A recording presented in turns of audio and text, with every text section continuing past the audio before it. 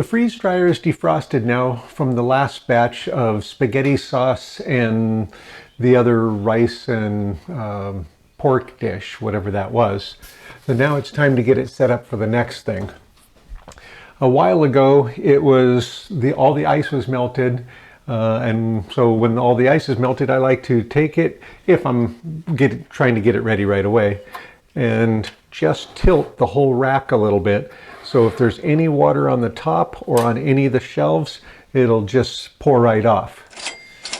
Now, going to go ahead and check for any more water droplets anywhere. So I got my little grabber tool. Anyway, so I'm just going to kind of go across these surfaces, make sure that there's no water or any debris. I'm not seeing anything. And nothing's being picked up on it. And I can see down each shelf and I don't see anything. It's harder to see underneath all the way to the back. And I could tell that there was a drop or two of water down there near the drain. So just want to get that cleaned out. Okay, so a very small amount of water. It would have been fine. I wouldn't really have to worry about it. But I like to kind of go through and make sure that it doesn't pick anything up. Get the thermometer back underneath. And that just gives me a heads up of how the barrel temperature is doing. Yeah, get the disc in place. And this is just a clear acrylic disc that I cut out of a piece of acrylic from the store and then glued on little tabs on it. That keeps it pushed in when the door closes to make sure it can't come outward. Then I've got a couple of little pieces in the middle of it as a handle. And I have a whole video on how I made that if you're interested. And it's certainly not required. The only time it's probably, I'm guessing, I don't know all the physics of it and all the science of it, but I'm guessing the only time that this was really useful is like right now where I'm going to pre-freeze it. That does a great job of insulating the inside from the outside. Without it, this front of the door gets quite cold and I end up with condensation on it. With that in place, I hardly have any condensation, and usually that's if I forgot about it and I'm pre-cooling it for 5 or 6 hours before I remember to put the food in there. So it does a good job. But once it's under vacuum, then there's no air in there to have the cold up against the door. So then you're just talking about radiant heat coming out there, or actually going in there. And so it's probably less of an issue. But it seems to help for what I'm looking for. And when I got mine, they came with a pillow thing in place. And I really wanted to be able to see in there. That's why I made this. All right, continuing. I'm looking for a ring all the way around. Right now it's missing the spot here and here. So if I take this little palette knife and just put it between the seal and the front of the machine and give it just a little twist like that, it pushes the seal, the silicone seal up against that door with just almost no effort. Just a little bit of a twist. Now I have a ring all the way around there. So as it starts cooling, I won't get any air going into there and end up freezing a ring of ice around that front. Oh, one last thing. Here's the water from the spaghetti and the rice pork dish. So a little bit more than 3/4 of a gallon. Before I press the buttons to get this thing started, as soon as it is cold enough, we'll go get the food on the trays. So I'm looking for about 10 degrees and dropping so that it's as cold as the food that I'm going to put in there. I don't like this to be warmer than the food that's being put in there. I don't want it to warm up at all, or warm the food up.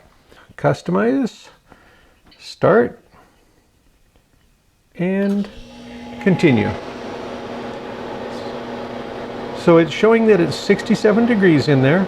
It won't take very long at all until it's cold enough to put the food in. So we'll be over at the freezer next. The freeze dryer has been pre-cooling for a little over an hour now. On the display it says it's 0 degrees now, and the little thermometer that we have underneath inside shows that it's -30 touching the barrel. So it's definitely cold enough to put the stuff in. In fact, could have done it probably 20 minutes ago, but I forgot to set a timer. So now we'll get things out of the freezer and get them loaded. Oh, and we're just about empty on that shelf. And about time. Some of that stuff has been in there for probably 5 or 6 months waiting its turn. So we've got the trays in there pre-cooling also. Take those out. And we've got some hash brown potatoes with hamburger, sausage, and gravy. So these are just kind of the last of my sister's things on this shelf. A couple of packs of scrambled, so hamburger that's cooked with some vegetables and things. Some little small hamburger patties that she made, and those are cooked. And then a couple of bags of chopped onions. So the plan is to get all of those on there, plus a couple of samples of mac and cheese that we got at the chef store that I want to try to find out how they rehydrate.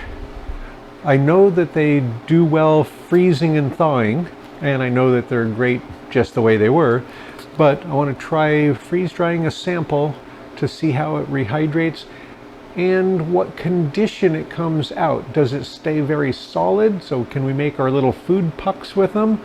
Or does it crumble real easily? So should we fill pans with them and just bag them by volume or weight? So we'll get them over to the bagging table, which is where we do the prep, and get them on the trays.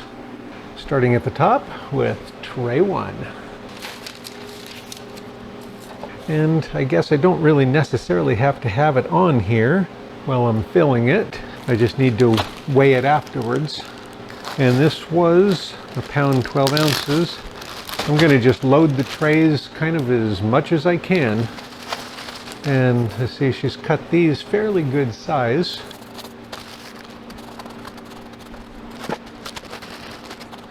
So 1707 counting the pan or the tray.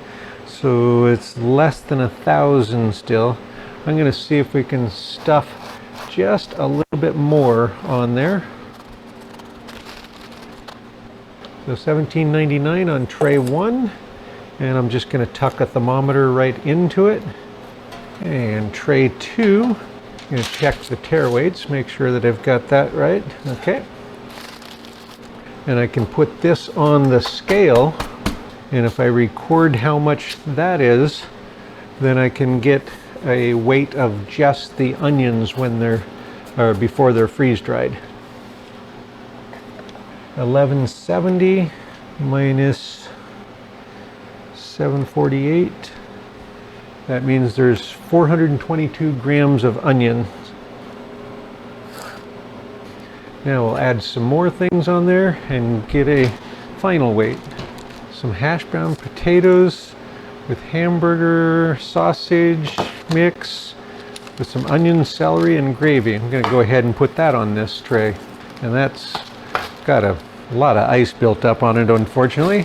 Well, that's what happens when they're sitting in the freezer for a very long time. And this one could have been in there for months. I think I'll try to chip a little bit of that ice off of there. So I'm going to go ahead and see if I can just scrape a little bit of that ice off. Okay, that's a little better. That's better than having that whole amount of ice on there. Still not perfect, but that's what I'm going to have. And I'll go ahead and weigh that. And then I'll put the thermometer in the onion side.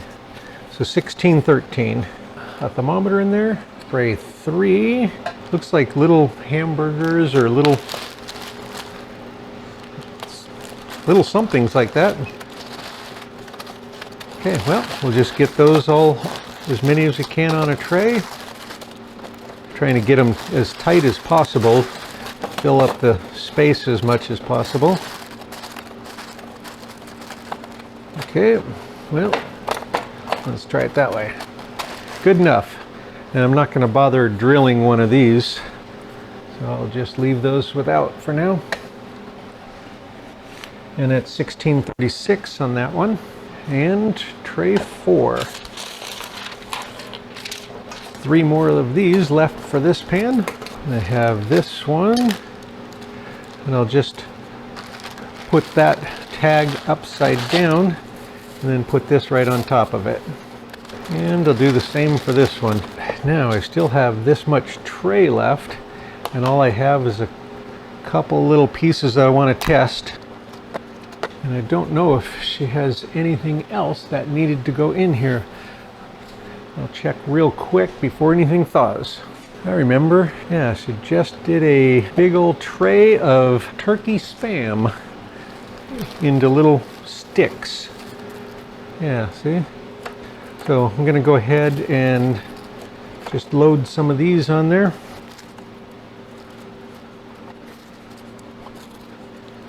So these are just sticks of Spam.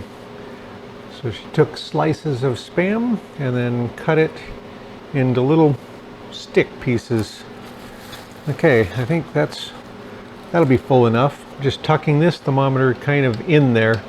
It'd probably be best drilled into that one, but since the other ones didn't need drilling, I'm not going to bother with this one. All right, oops, need the weight first. 1720, so 1720. Okay, so those are ready to go in the freeze dryer. We'll get them moved over there and get them in. Yeehaw! The freeze dryer's been running for an hour and a half now. It says it's -10. The thermometer underneath says almost -40. Way past time to get them in. So starting at the bottom tray, tray 4.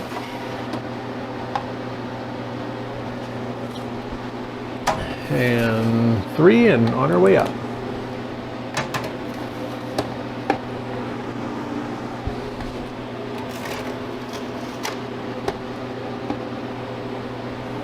Okay, the thermometers in the food are showing 20 degrees or less, so about 10 degrees, about 10 degrees, no, 20 degrees, and that one's about 20. I want to make sure I get a good seal around there because it's going to be on its own for a few hours before it starts, and I see a seal ring all the way around there, so it's set to go. So I'll turn the cooling fan on so that the vacuum pump will stay nice and cool. It won't be starting for another 4.5 hours. I could probably shorten it a little bit, but I don't want to. I like it to get the food really, really cold before it starts. I got the cooling fan on, that'll keep it nice and cool, and before it starts, I'll start the timer for the oil filtration system so it keeps the oil nice and clean. The oil is full right now up to where it's supposed to be. I don't know if we can see that. I think we can. And it'll be filtering as it runs. I got nothing else. Yeah, I got nothing else, so we'll be right back in 2 days. So don't go away, it'll be just a second. My sister's batch of miscellaneous stuff is sitting here saying process complete. It would have finished about 30 hours, so you can see it's showing about 37.5 hours. It would have finished about 30 hours. And that was going to be like 2:30 in the morning. So I added 4 more hours. And I knew that that wouldn't take it to now when I'd be up and down here. So it's been sitting for about 3.5 hours. The thermometers in the food, this is the bottom tray, showing about -30. So it's cold. It needs to be rewarmed before I open it. I'm going to go ahead and rewarm it by giving it more dry time to warm up the trays. On the newer ones, you have the option to warm trays. I'm going to put more dry time, and I'll come back when it's warmer. We'll get them out and check them. Drain valve is still closed because I didn't open it. Continue. And we'll come back when it's warmer. It says -33 on that tray also. We'll be back in a little while to get them out and check them. The batch of food has been reheating for almost 45 minutes now. They're all nice and toasty again. Don't have to worry about condensation now. So I'm going to aero pass the rest of the time again, get them out, weigh them, put them back in for the dry check. And the dry check is just simply giving it 2 more hours of final dry, weighing it before and after to see if it loses weight. If it loses weight, it's not dry. If it didn't lose weight, or if it doesn't lose weight, then it was dry before the dry check. So I can take that time. So like right now, I'm rewarming it, and then I'm going to take them out and check them. If none of them lose any weight, I can use the time from before I restarted it to use as the final dry time. Okay, so let's bypass it and get them out. So down arrow past the rest of that.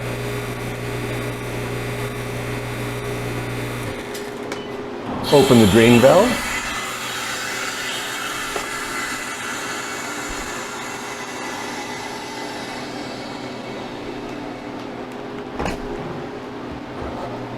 Okay, starting at the top with tray 1.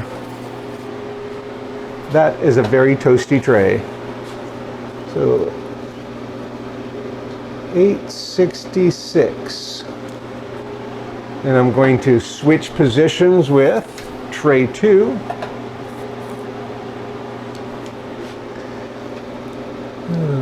908. And we'll switch those positions. Nice dry pieces of onion.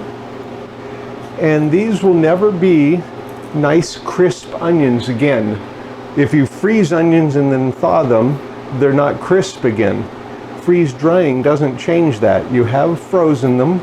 The structure is going to be changed, but they're still great for sauteing or in soups or stews. So they still work fine. And I'll put tray 2 up on the top. So the onions will still work fine.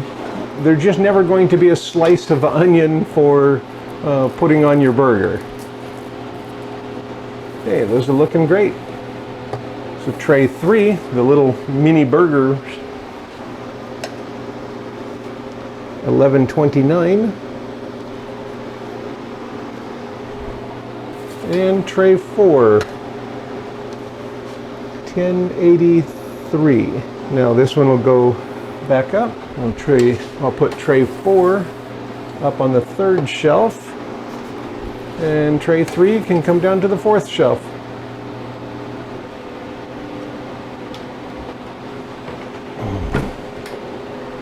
With the weights taken, now I'll restart it. I'm going to put more dry time, close the drain valve. It seems ridiculous to have that reminder, please close the drain valve. Thank goodness it has that reminder that says please close the drain valve, or I would forget probably half the time. So now continue and restart. And I'll give it an extra 15 minutes so that I have a full 2 hours of the final dry time, and we'll come back and check it in a couple hours. It's been just over 2 hours, and I remember to come back on time.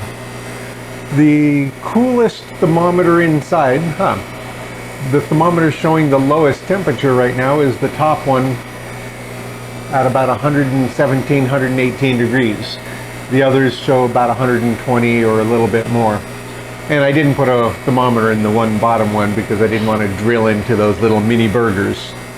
Now, we'll get them out and check them to see if they lost any weight. And again, if they didn't lose any weight, that means they were already dry 2 hours ago before I added time. If they lost weight, then they need more time to make sure that they're dry before I bag them. Never going to knowingly put stuff in a bag that has any water that I can still get out. I just don't see the point on, I mean, if you're trying to freeze dry them, dry is half the words. So let's get them out and check them. Okay, so bypass the rest of that time using the down arrow and open the drain valve.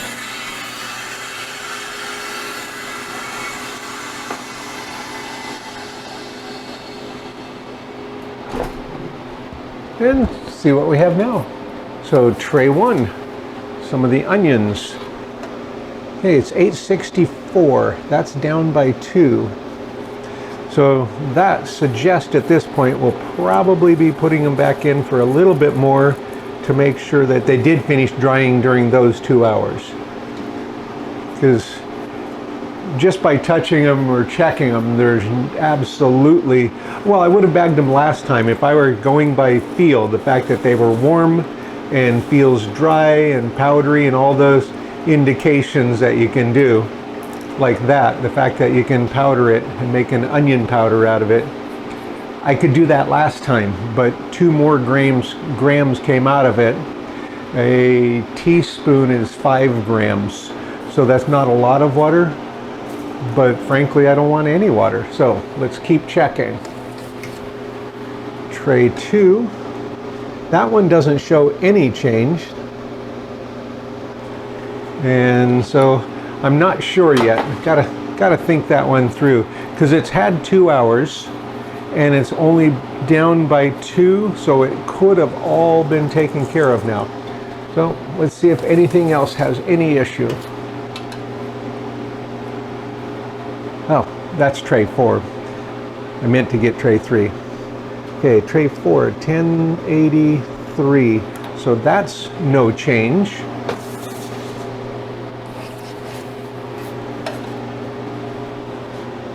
And 1129.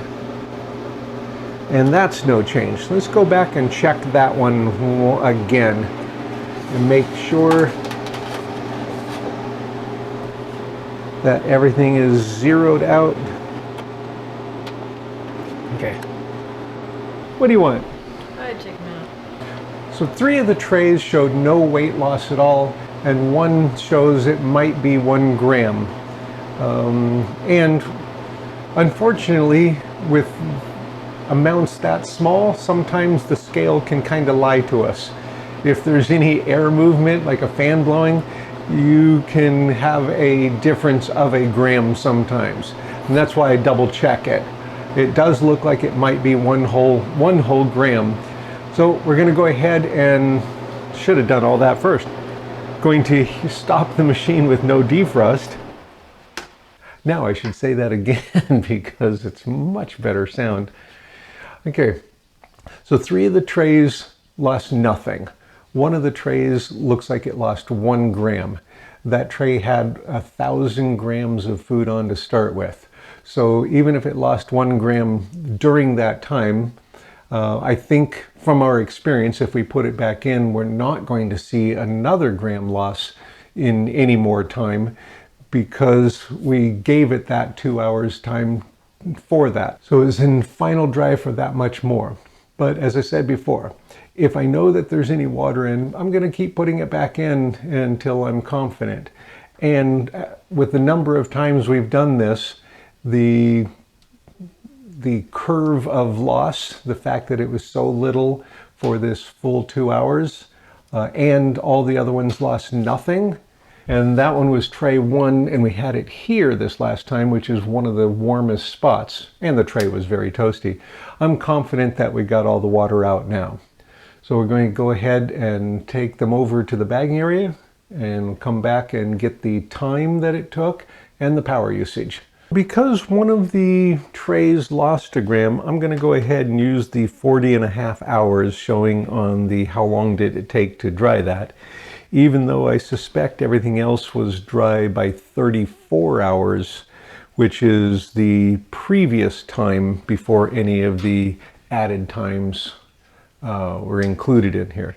But I'm going to go ahead and use that because that's kind of the worst case scenario for that batch. So 40.5. The power usage on that batch was 25.65 kilowatt hours. I'll go ahead and reset that. And then it'll just show the 3.5 watts that the electronics for the harvest right is using right now. So with all of that taken care of, I'll get my little defrost baffle in place, which I really should build a better one. So get it further back in there. I'll get the fan in place, and I'm going to leave this off until we're finished bagging over there so we don't have to listen to this thing. Oh, I'll get the thermometer out from underneath, and I'm just going to set this on the little ice dam in there because it will melt a groove in it so that the water will drain out better. Okay. And that's one thing we can talk about. The best thing about mixed batches is they really look nice. Other than that, they're a pain in so many ways. They dry at different rates. It's harder to know how much the weight is for bagging. You have to label a lot of different types of bags. It's a pain in every other way as far as I'm concerned. But they look pretty. I mean, that's a beautiful one. I should switch these trays over to here. It's absolutely wonderful. Get the thermometers pulled out and get the final weights so we'll know how much total all of it lost. And we can use this tray to tell us how much onions lost in water, so we can use that for bagging both of those and for rehydration if we need it. They'll pretty much absorb what they need, so if you're just trying to rehydrate them, you don't have to really worry about that. But if you put them in a soup and you want to know how much water you might want to add so that the consistency comes out, you might want that. Freeze-dried onions are not going to be like fresh onions. If you've ever had an onion freeze, or if you've ever froze onions, it's perfectly good for lots of recipes and things. But it's not going to come out like a slice of onion for a hamburger. It's just not the same thing. I'll get the final weights on these without the thermometers, and we'll know how much water loss. So that's tray 4, 1075. Now that they've been weighed, see, now they're snackable. So these are the little Spam sticks, and they've got a good crunch to them. Wow. Turkey Spam. And yeah, turkey Spam. And personally, I think it's better when they're freeze-dried than when they're still wet. They're quite good. Okay, now let's get to tray 1. 856 grams. And the tray is 754 of that. So there's only 102 grams. All of those onions, which was 1,045 grams, is now only 102 grams. And tray 2, 899. And tray 3, 1130. Do the math and find out what the net weights are now and the total weight loss, and we'll be right back to bag things. With the onions, the weight before was 1,045 grams, or about 2.3 pounds, and the weight after was 102 grams, or about 0.22 of a pound, so less than 1/4 of a pound. So the math on this is you take whatever this weight is now and then multiply it by 10, and that's approximately the water that needs to be added. Or actually it would be 9 for the water and then 1 for this. So it needs to about a 9-to-1 for the water. I'm going to go ahead and push these onions onto there also, so those can all be taken care of at the same time. So if we take this, for instance,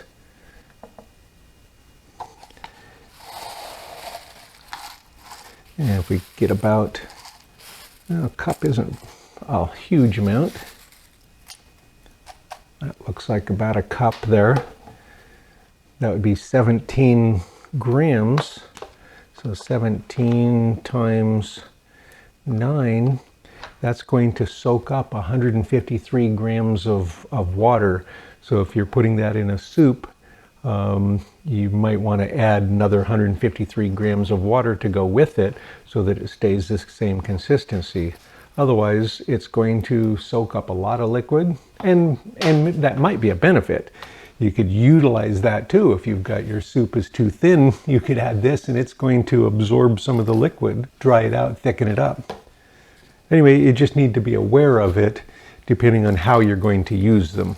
Okay, with the onions, once I kind of shake it a little bit and they fill in the air spaces, it works out to about 20 grams for just pretty close to right at a cup. So I'm going to go ahead and since she doesn't care, as long as it's about a cup, I'm going to use 20 grams because that's the kind of person I am. So 20 times 9, 2 times 9, 18, 180 grams of water.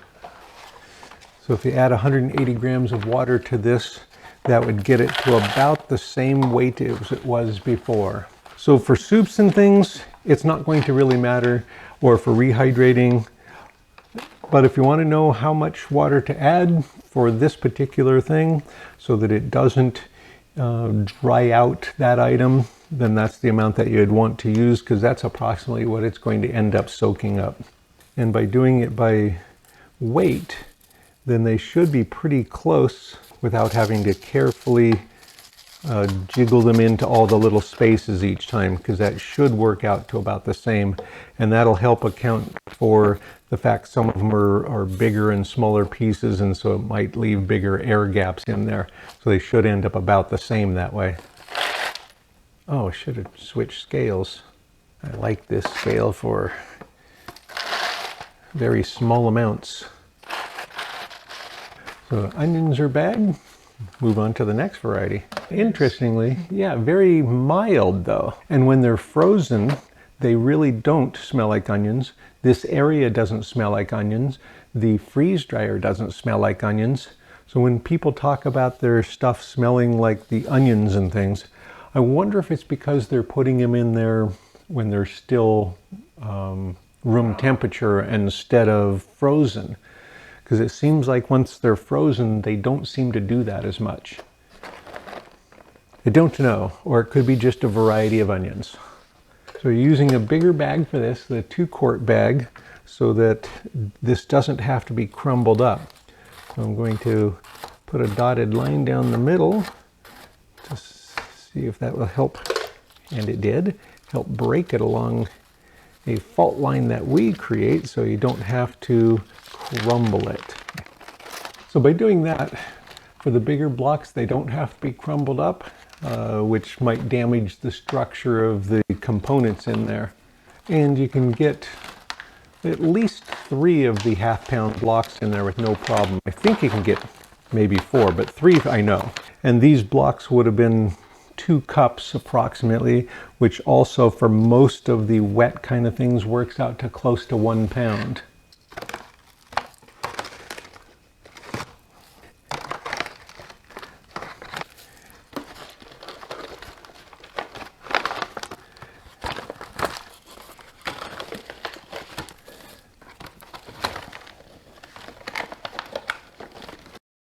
These 2 are a couple of mac and cheese from a box that we bought at Chef Store. So these are for a test one that we want to do to make sure that they freeze dry well and rehydrate well. So these aren't going to be bagged in the Mylar bags. These are just going to go in a clear zipper bag for testing.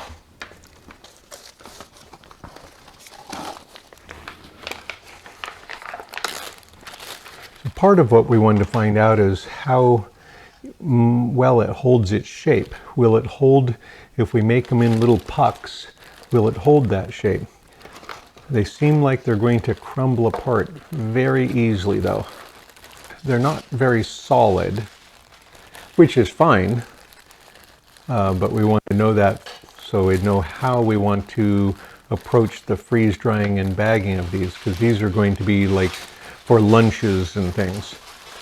I was kind of hoping they were going to stay in a puck shape, so then we could just pop a puck into a mug and add boiling water. But they don't.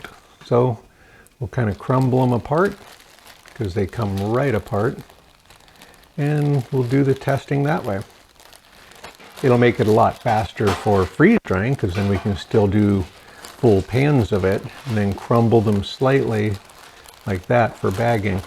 So we're just crumbling the sauce part of it, not the pasta. So those will just get rehydrated as a test. So this is some turkey spam. Started out about 8. Yes, yeah. It's awfully good. And because of the stick shapes of it, see, you could easily get quite a bit more in the pint bag. Can. So that batch is bagged into 15 pint and quart bags and one of the bigger 2-quart bags. So all of these smaller bags will get a 300cc oxygen absorber, and the big bag will end up with a 500cc oxygen absorber. On these onions, they're low enough I can just drop one in there. And as I drop them in, I'll kind of move them over so that I make sure I get each one. That way, if they have an inaccurate count on the bag of these, I still know that each one of the ones that I moved has one in it. And there's still 5 left, so that worked out correctly. They did their math right at the factory this time. Squish out any extra air I can and zipper them shut right away so that they're away from as much of the oxygen out here in the air as possible, so it doesn't keep replacing it as it absorbs it.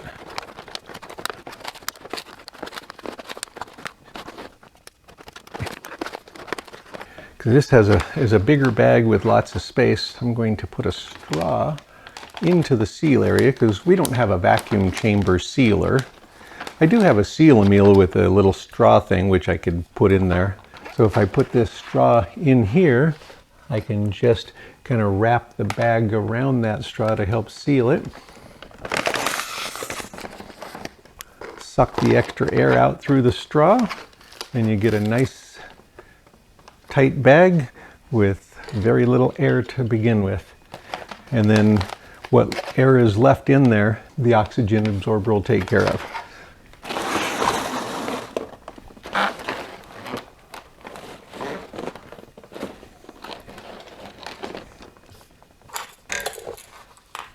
I'm going to move these out of there. All right.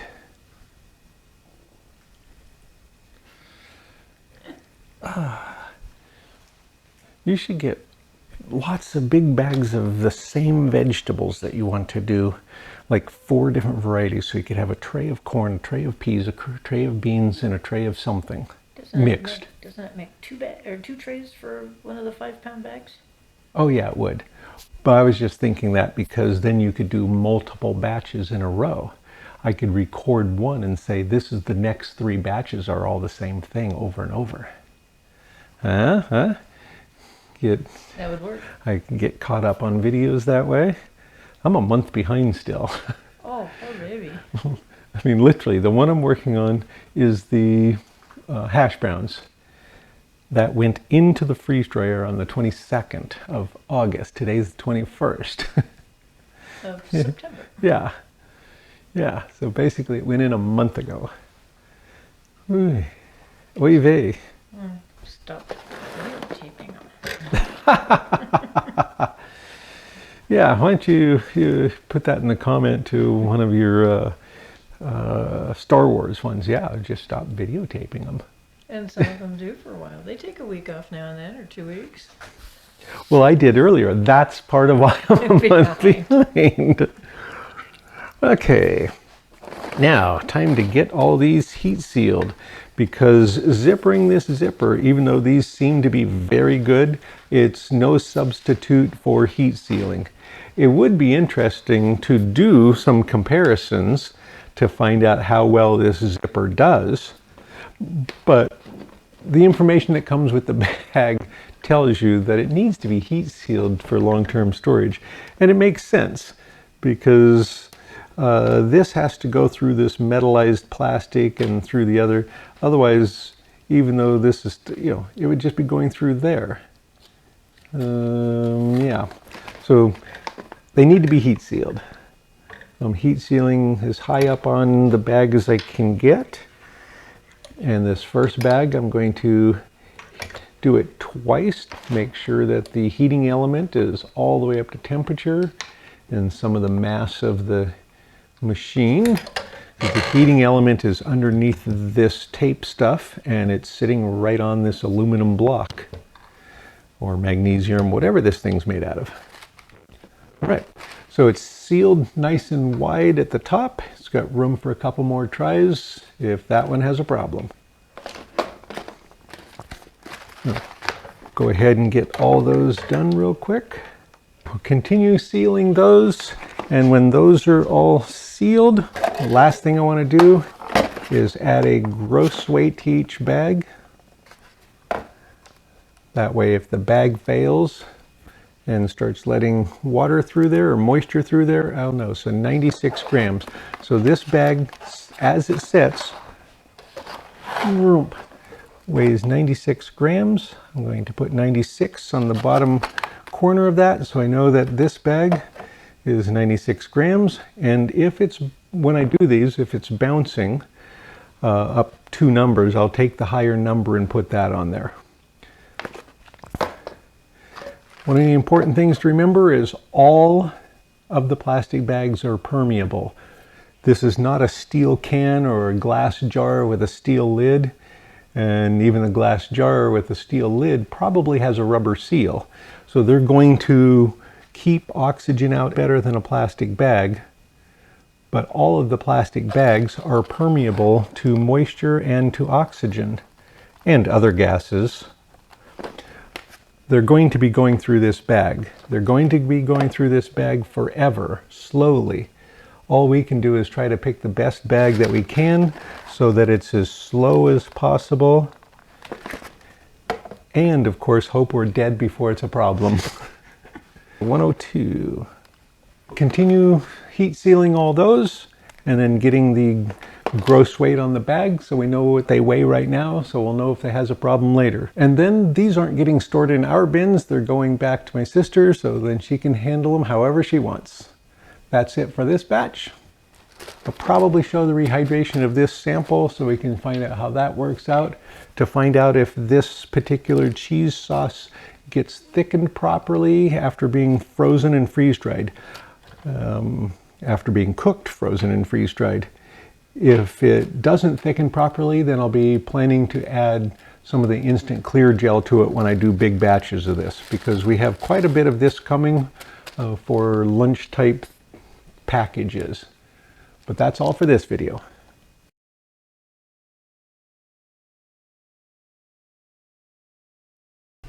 I freeze-dried a small sample of the mac and cheese. Now I'm going to make sure that it rehydrates well also. Unfortunately, I didn't bother weighing this because it was just a leftover sample from dinner. Checking to make sure we liked it. So I've got boiling water. Just going to add enough, and I'll probably have to do that a little bit at a couple of times, little at a time, couple of times until it feels about right. Yeehaw!